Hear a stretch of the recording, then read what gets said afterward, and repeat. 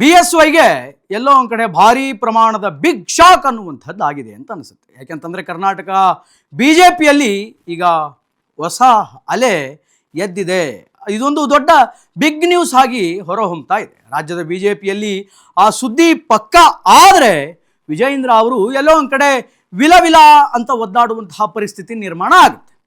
ಕರ್ನಾಟಕದ BJP ಸಾರಥಿಯಾಗಿರುವಂತಹ BY Vijayendra ಅವರಿಗೆ ಇದು ಖಂಡಿತವಾಗ್ಲೂ ಕೂಡ ಒಂದು ಪ್ರಮಾಣದಲ್ಲಿ ಆಘಾತಕಾರಿ ಸುದ್ದಿ ಆಗಲಿಕ್ಕಿದೆ ಅನ್ನುವಂತಹ ವಿಚಾರಗಳು ಕೂಡ ಈಗ ಭಾರಿ ದೊಡ್ಡ ಪ್ರಮಾಣದಲ್ಲಿ ವ್ಯಕ್ತವಾಗ್ತಾ ಇದೆ. BJPಯ ಬಿಗ್ ಬಾಸ್ ಆಗಿರುವಂತಹ ಯಡಿಯೂರಪ್ಪನವರ ಕುಟುಂಬಕ್ಕೂ ಕೂಡ ಇದು ಶಾಕಿಂಗ್ ನ್ಯೂಸ್ ಆಗಿ ಹೊರಹೋಗುತ್ತೆ. ಕರ್ನಾಟಕದ BJP ಪಾಳೆಯದಲ್ಲಿ ಈಗ ಅಲ್ಲೋಲ ಕಲ್ಲೋಲ ಸೃಷ್ಟಿಯಾಗುವಂತಹ ಎಲ್ಲ ಸಾಧ್ಯತೆಗಳು ಕೂಡ ಈಗ ಕಾಣ್ತಾ ಇದೆ. BSY ಮಗ ವಿಜಯೇಂದ್ರ ಅವರನ್ನ ಅಲಗಾಡಿಸಲು ಒಂದು ನ್ಯೂಸ್ ಹೊರಗಡೆ ಬರ್ತಾ ಇದೆ. ಅದು ಯಾವುದು? ಅದೇನು ಶಾಕಿಂಗ್ ನ್ಯೂಸ್ ಅಂತೀರಾ? ಆ ಶಾಕಿಂಗ್ ನ್ಯೂಸ್ ಅನ್ನ ಬೆನ್ನ ಹತ್ತಿ ಹೊರಟಿದೆ ನಮ್ಮ ಅಶ್ವವೇಗ ನ್ಯೂಸ್ ತಂಡ. ಕರ್ನಾಟಕದ BJPಯಲ್ಲಿ ಈಗ ಒಂದು ಹೊಸ ಅಲೆ ಎದ್ದಿದೆ ಅಂತ ಹೇಳ್ಬೋದು. ರಾಜ್ಯ BJPಯಲ್ಲಿ ಒಂದು ವೇಳೆ ಏನಾದರೂ ಆ ನ್ಯೂಸ್ ಪಕ್ಕ ಆದರೆ ವಿಜಯೇಂದ್ರ ಅವರು ವಿಲ ಒದ್ದಾಡುವಂತಹ ಸಾಧ್ಯತೆಗಳು ಕಾಣ್ತಾ ಇದೆ. ಕರ್ನಾಟಕದ BJPಯ ಸಾರಥಿಯಾಗಿರುವಂತಹ ವಿಜಯೇಂದ್ರ ಅವರಿಗೆ ಇದು ಆಘಾತಕಾರಿ ಸುದ್ದಿ. ನಾಟ್ ಓನ್ಲಿ ಫಾರ್ ವಿಜಯೇಂದ್ರ, ಕೇವಲ ಭಾರತೀಯ ಜನತಾ ಪಾರ್ಟಿಯ ರಾಜ್ಯಾಧ್ಯಕ್ಷರಾದಂತಹ BY ವಿಜಯೇಂದ್ರ ಅವರಿಗಷ್ಟೇ ಅಲ್ಲ, ವಿಜಯೇಂದ್ರ ಅವರ ತಂದೆಯಾದಂತಹ ಯಡಿಯೂರಪ್ಪನವರಿಗೆ ಮತ್ತು ಯಡಿಯೂರಪ್ಪನವರ ಕುಟುಂಬಸ್ಥರಿಗೆ ಕೂಡ ಇದು ಶಾಕಿಂಗ್ ನ್ಯೂಸ್. ಶಾಕಿಂಗ್ ನ್ಯೂಸ್ ಅನ್ನ ಬೆನ್ನಹಟ್ಟಿ ಹೊರಟಿದೆ ನಿಮ್ಮ ಅಶ್ವವೇಗ ನ್ಯೂಸ್ ತಂಡ. ಕರ್ನಾಟಕದ BJPಯಲ್ಲಿ ಹೊಸ ಅಲೆಯನ್ನು ಎಬ್ಬಿಸಿದೆ ಈ ಒಂದು ವಾರ್ತೆ. ಇಷ್ಟಕ್ಕೂ ಅದು ಏನು ಅನ್ನುವಂತಹ ವಿಚಾರವನ್ನ ಮುಂದೆ ನಾವು ನೋಡ್ತಾ ಹೋಗೋಣ. ಬಟ್ ರೈಟ್ ನೌ ಒಂದು ವೇಳೆ ಈ ವಿಚಾರ, ಈ ಸುದ್ದಿ ಏನಾದರೂ ಸತ್ಯ ಆಗಿದ್ದೇ ಆದರೆ ವಿಜಯೇಂದ್ರ ಅವರಿಗೆ ಸಂಪೂರ್ಣವಾದಂತಹ ನಿರಾಸೆ ಉಂಟಾಗುತ್ತೆ. ಸುಮಾರು ವರ್ಷಗಳಿಂದ ಭಾರತೀಯ ಜನತಾ ಪಾರ್ಟಿಯ ರಾಜ್ಯಾಧ್ಯಕ್ಷರಾಗಿ ವಿಜಯೇಂದ್ರ ಅವರು ಕಾರ್ಯವನ್ನು ನಿರ್ವಹಿಸಿಕೊಂಡು ಬಂದಿದ್ದಾರೆ. ಕಾರ್ಯವನ್ನು ನಿರ್ವಹಿಸಿಕೊಂಡು ಬಂದಂತಹ ವಿಜಯೇಂದ್ರ ಅವರಿಗೆ ಈಗ ಎಲ್ಲೋ ಒಂದು ಕಡೆ ಅಪ್ಸೆಟಿಂಗ್ ನ್ಯೂಸ್ ಅನ್ನುವಂಥದ್ದು ಬರುತ್ತೇನೋ ಅನ್ನುವಂತಹ ಒಂದು ಸಂಕಟದ ವಾತಾವರಣದಲ್ಲಿ ವಿಜಯೇಂದ್ರ ಅವರು ಇದ್ದಾರೆ. ರೈಟ್ ನಾವು ವಿಜಯೇಂದ್ರ ಈಗ ಫುಲ್ ಅಪ್ಸೆಟ್ ಮೂಡ್ನಲ್ಲಿದ್ದಾರೆ. ರಾಜ್ಯದ BJPಯ ಚಾಣಕ್ಯ ಅಂತ ಕರೆಸಿಕೊಳ್ಳುವಂತಹ ವಿಜಯೇಂದ್ರ ಅವರಿಗೆ ಈಗ ಶಾಕಿಂಗ್ ನ್ಯೂಸ್ ಒಂದು ತಲುಪುವಂತಹ ಸಂಭವ, ಆ ಸಂಭ್ರಮ ಈಗ ಒದಗಿ ಬರ್ತಾ ಇದೆ. ಯಾಕೆ ಏನು ಅನ್ನುವಂತಹ ಪ್ರಶ್ನೆ ಈಗ ಅನೇಕರಲ್ಲಿ ಮನೆ ಮಾಡ್ತಾ ಇದೆ. ಇನ್ನೇನು ನಾನೇ CM ಆಗಬೇಕು ಅಂತ ಅನ್ಕೊಳ್ತಾ ಇದ್ದಂತಹ ವಿಜಯೇಂದ್ರ ಅವರಿಗೆ ಈಗ ಎಲ್ಲೋ ಒಂದು ಕಡೆ ಶಾಕಿಂಗ್ ಆದಂತಹ ಒಂದು ವಿಚಾರ ಕೇಳಿ ಬರ್ತಾ ಇದೆ. BY ವಿಜಯೇಂದ್ರ ಅವರ ವಿರುದ್ಧ ಭಾರತೀಯ ಜನತಾ ಪಾರ್ಟಿಯ ಹೈಕಮಾಂಡ್ ಎಲ್ಲೋ ಒಂದು ಕಡೆ ಶಾಕಿಂಗ್ ಹೇಳಿಕೆಯನ್ನು ಕೊಡುತ್ತಾ ಅಥವಾ ಶಾಕಿಂಗ್ ಆಕ್ಷನ್ ಅನ್ನು ತೆಗೆದುಕೊಳ್ಳುತ್ತಾ ಅನ್ನುವಂತಹ ವಿಚಾರಗಳು ಕೇಳಿ ಬರ್ತಾ ಇದೆ. ಹೀಗಾದ್ರೆ ಕರ್ನಾಟಕ ಕಾಂಗ್ರೆಸ್ ಅನ್ನ ಬಗ್ಗಿಸೋದು ಹೇಗೆ ಅನ್ನುವಂತಹ ಪ್ರಶ್ನೆಗಳು ಕೂಡ ವ್ಯಕ್ತವಾಗ್ತಾ ಇದೆ. ಹೈಕಮಾಂಡ್ಗೆ ಎಲ್ಲೋ ಒಂದು ಕಡೆ ಭಾರತೀಯ ಜನತಾ ಪಾರ್ಟಿಯ ಪ್ರಸ್ತುತ ರಾಜ್ಯಾಧ್ಯಕ್ಷರಾದಂತಹ BY ವಿಜಯೇಂದ್ರ ಅವರ ಮೇಲೆ ಅಸಮಾಧಾನ ಇದೆನಾ, ಅಥವಾ ಹೈಕಮಾಂಡ್ ಏನಾದರೂ ಆಕ್ಷನ್ ತೆಗೆದುಕೊಳ್ಳೋದಕ್ಕೆ ವಿಜಯೇಂದ್ರ ಅವರ ಮೇಲೆ ಮುಂದಾಗಿದೆನಾ?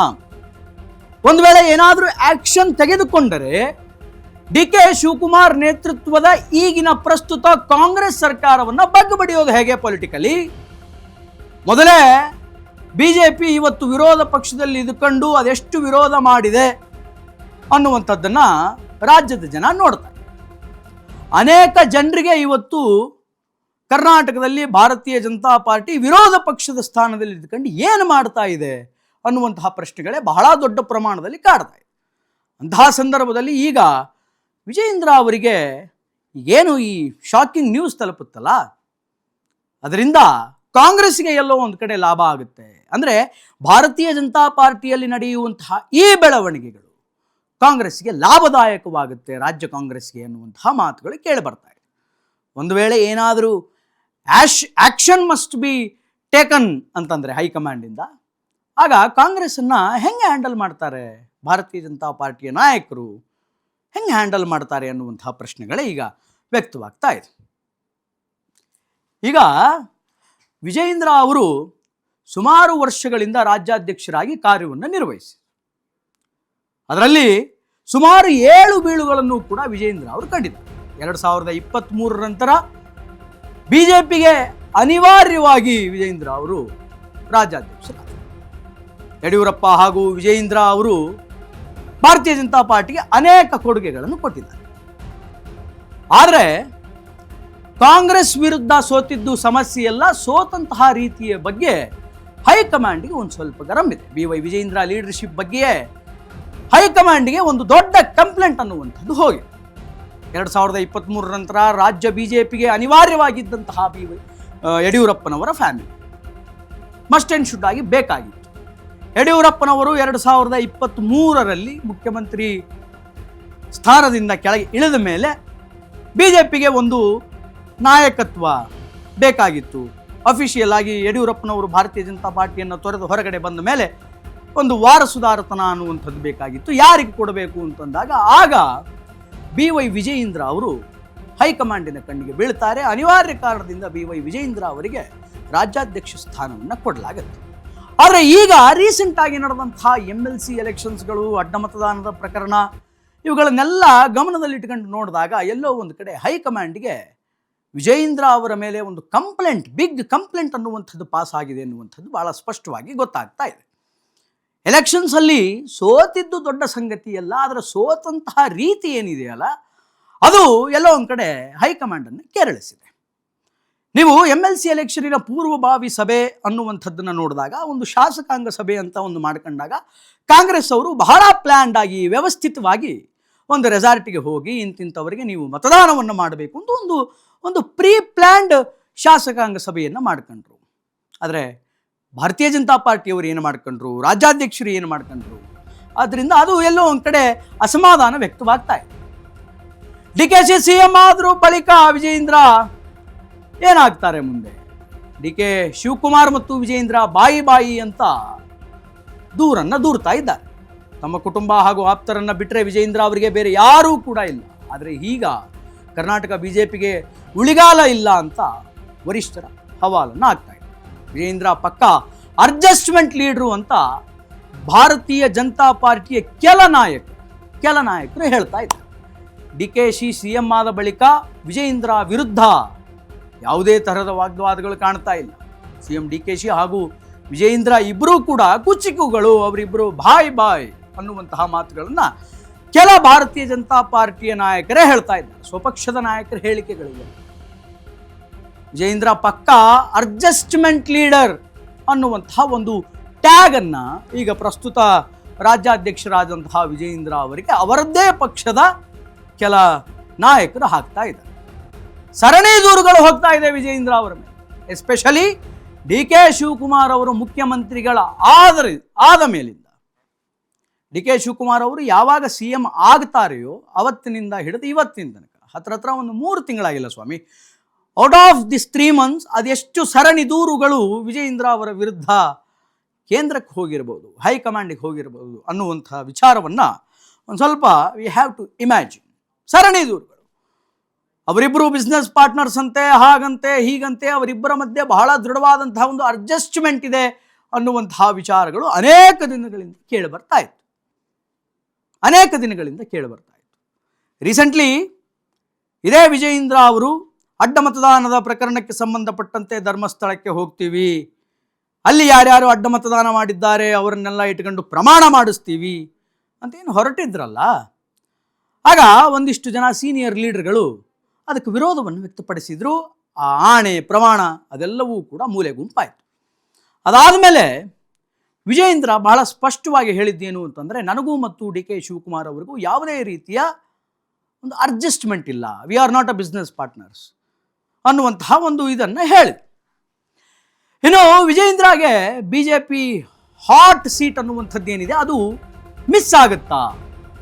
2023 ನವೆಂಬರ್ 10 BJPಯ ರಾಜ್ಯಾಧ್ಯಕ್ಷರಾಗಿ ವಿಜಯೇಂದ್ರ ಕಾರ್ಯವನ್ನು ನಿರ್ವಹಿಸ್ತಾ ಇತ್ತು. BJPಯ ಹುದ್ದೆಗೇರಿದ ದಿನದಿಂದಲೇ ರಾಜ್ಯ BJPಯ ಹೊಣೆಯನ್ನು ಹೊತ್ತದ್ದು ವಿಜಯೇಂದ್ರ. ಎಲ್ಲರನ್ನೂ ಒಗ್ಗೂಡಿಸಿಕೊಂಡು ಹೋಗೋಕ್ಕಾಗಲಿಲ್ಲ ವಿಜಯೇಂದ್ರ.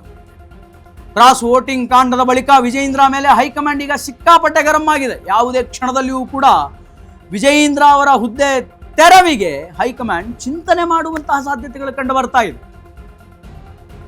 23 ನವೆಂಬರ್ 10ರಂದು ಬಿಜೆಪಿ ರಾಜ್ಯಾಧ್ಯಕ್ಷ ಹುದ್ದೆಗೆ ಏರಿದಂತಹ ವಿಜಯೇಂದ್ರ ಹುದ್ದೆಗೆ ಏರಿದಂತಹ ದಿನದಿಂದಲೂ ಕೂಡ ರಾಜ್ಯ ಬಿಜೆಪಿಯಲ್ಲಿ ಒಂದು ಬಣ ಸೃಷ್ಟಿಯಾಗುತ್ತೆ. ಅದು ರೆಬಲ್ಗಳ ಬಣ. BSY ಮತ್ತು ಈ ವಿಜಯೇಂದ್ರ ಅವರ ವಿರೋಧಿಗಳ ಒಂದು ಬಣ ಅನ್ನುವಂಥದ್ದು ತಯಾರಾಗುತ್ತೆ. ಯಾವ ಕ್ಷಣದಲ್ಲಿ ಬೇಕಾದರೂ ಕೂಡ ವಿಜಯೇಂದ್ರ ಅವರನ್ನು ಸ್ಟೆಪ್ ಡೌನ್ ಮಾಡುವಂತಹ ಎಲ್ಲ ಸಾಧ್ಯತೆಗಳು ಬಹಳ ಜೋರಾಗಿ ಕಂಡು ಬರ್ತಾ ಇದೆ.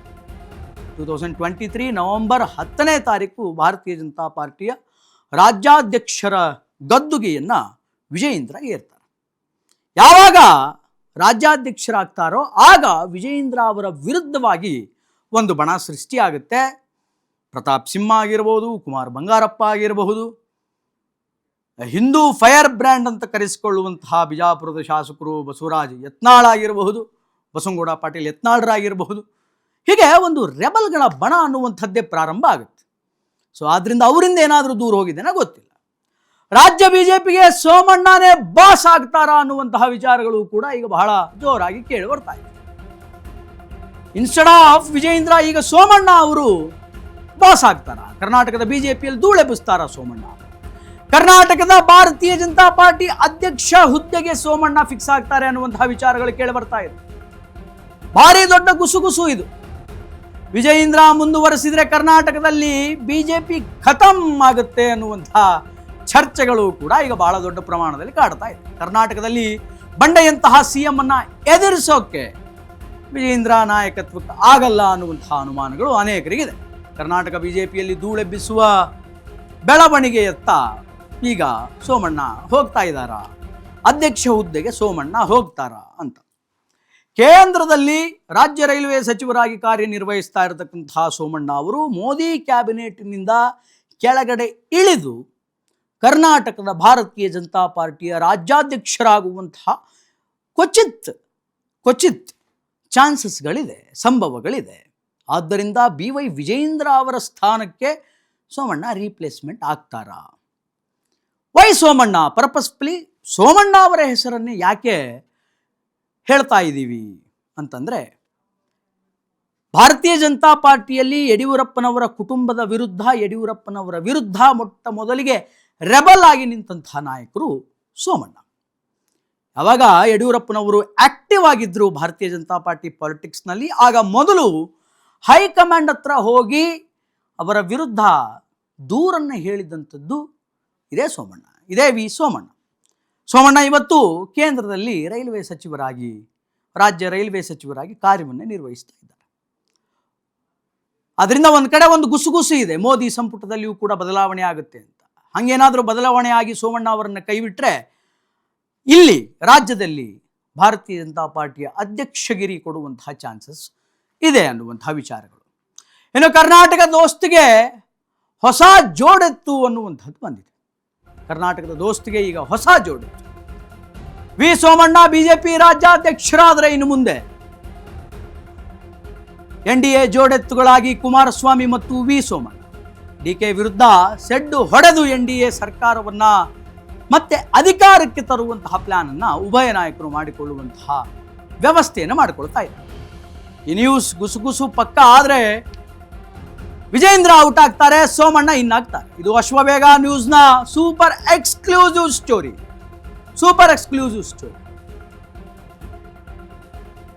ವಿ ಸೋಮಣ್ಣ ಬಿಜೆಪಿ ರಾಜ್ಯಾಧ್ಯಕ್ಷರಾದರೆ ಒಂದು ಬಿಗ್ ಟ್ವಿಸ್ಟ್ ಸಿಗುವಂತಹ ಸಾಧ್ಯತೆ.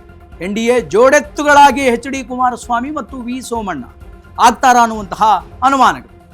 DK ವಿರುದ್ಧ ಸೆಡ್ಡು ಹೊಡೆದು ನಿಲ್ಲುವಂತಹ ಇಬ್ಬರು ನಾಯಕರು ಮುಂದಿನ ದಿನಮಾನಗಳಲ್ಲಿ ಯಾವ ರೀತಿ NDAಯನ್ನು ಕರ್ನಾಟಕದಲ್ಲಿ ಉಳಿಸ್ಕೊಂಡು ಹೋಗ್ತಾರೆ, ಈ ತರಹದ ಒಂದು ಗುಸುಗುಸು ವಾರ್ತೆ ವಿಚಾರ ಹರಿದಾಡ್ತಾ ಇದೆ ಭಾರತೀಯ ಜನತಾ ಪಾರ್ಟಿ ಮತ್ತು JDS ಪಾಳೆಯದಲ್ಲಿ. ಇದು ಅಶ್ವವೇಗ ನ್ಯೂಸ್ನ ಸೂಪರ್ ಎಕ್ಸ್ಕ್ಲೂಸಿವ್ ಸ್ಟೋರಿ. ಒಂದು ವೇಳೆ ಸೋಮಣ್ಣ ರಾಜ್ಯಾಧ್ಯಕ್ಷರಾದರೆ, ಕುಮಾರಸ್ವಾಮಿ ಜೊತೆ ಕೈ ಜೋಡಿಸಿದರೆ, ಇಬ್ಬರು ಜೋಡೆತ್ತುಗಳು NDA ಸರ್ಕಾರವನ್ನು ಮತ್ತೆಷ್ಟರ ಮಟ್ಟಿಗೆ ಬಲಿಷ್ಠವನ್ನಾಗಿ ಮಾಡ್ತಾರೆ ರಾಜ್ಯದಲ್ಲಿ ಅನ್ನುವಂಥದ್ದನ್ನು ಕಾದು ನೋಡಬೇಕಾಗಿದೆ. ದಳಪತಿಗಳಾದ ದೇವೇಗೌಡರು ಕುಮಾರಸ್ವಾಮಿಯನ್ನು ಕೂಡ ಸೋಮಣ್ಣನ ಪರ ನಿಂತ್ಕೊಳ್ತಾರ, ಒಂದು ಕಡೆ ವಿಜಯೇಂದ್ರ ಅವರ ಕೈ ಬಿಟ್ಟು ಬಿಡ್ತಾರ ದೊಡ್ಡಗೌಡರು ದೇವೇಗೌಡರು, ಒಂದು ಕಡೆ ಕುಮಾರಸ್ವಾಮಿಯವರ ಬೆಂಬಲದಿಂದ ಭಾರತೀಯ ಜನತಾ ಪಾರ್ಟಿ ಒಂದು ಸ್ವಲ್ಪ ಸ್ಟ್ರಾಂಗ್ ಆಗಿ ಇವತ್ತು ಕರ್ನಾಟಕದಲ್ಲಿ ನಿಂತ್ಕೊಂಡಿದೆ. ವಿಜಯೇಂದ್ರ ಅವರಿಗೂ ಕೂಡ ಕುಮಾರಸ್ವಾಮಿಯವರ ಬೆಂಬಲ ಇದೆ, ದೇವೇಗೌಡರ ಬೆಂಬಲ ಇದೆ. ಆದ್ದರಿಂದ ಇವತ್ತು ರಾಜ್ಯಾಧ್ಯಕ್ಷ ಸ್ಥಾನದಲ್ಲಿ ಸಮರ್ಪಕವಾಗಿ ಮುನ್ನಡೆಕೊಂಡು ಹೋಗ್ತಾ ಇದ್ದಾರೆ. ಬಟ್ ಅಪ್ಕಮಿಂಗ್ ಡೇಸಲ್ಲಿ ಒಂದು ವೇಳೆ ಏನಾದರೂ ವಿ ಸೋಮಣ್ಣ ಭಾರತೀಯ ಜನತಾ ಪಾರ್ಟಿಯ ರಾಜ್ಯಾಧ್ಯಕ್ಷರಾದರೆ, ಆಗ ಕುಮಾರಸ್ವಾಮಿಯವರು ಏನಾದರೂ ಸಪೋರ್ಟ್ ಕೊಟ್ಟರೆ ಹೆಂಗಾಗಬೇಡ, ಏನೇನು ಬದಲಾವಣೆಗಳಾಗಬೇಡ, ವಿಜಯೇಂದ್ರ ಅವರ ಪರಿಸ್ಥಿತಿ ಏನಾಗಬೇಡ ಅನ್ನುವಂತಹ ಲೆಕ್ಕಾಚಾರಗಳು ಮಾತುಗಳು ಈಗ ಪಾಲಿಟಿಕ್ಸಿನ ಪಾಳೆಯದಲ್ಲಿ, ಎಲ್ಲ ಪಕ್ಷದ ಪಾಳೆಯದಲ್ಲಿ ಬಹಳ ಸ್ಪಷ್ಟವಾಗಿ ಕೇಳಿ ಬರ್ತಾ ಇದೆ. ಒಂದು ವೇಳೆ ಏನಾದರೂ ಸೋಮಣ್ಣ ಇನ್ನಾದರೆ, ಅಧ್ಯಕ್ಷಗಿರಿಗೆ ಏನಾದರೂ ನೇಮಕವಾದರೆ ವಿಜಯೇಂದ್ರ ಅವರಿಗೆ ಒಂದು ಹಂತದ ಮಟ್ಟಿಗೆ ಗೇಟ್ ಪಾಸ್ ಸಿಗುವುದು ಸರ್ವೇ ಸಾಮಾನ್ಯ.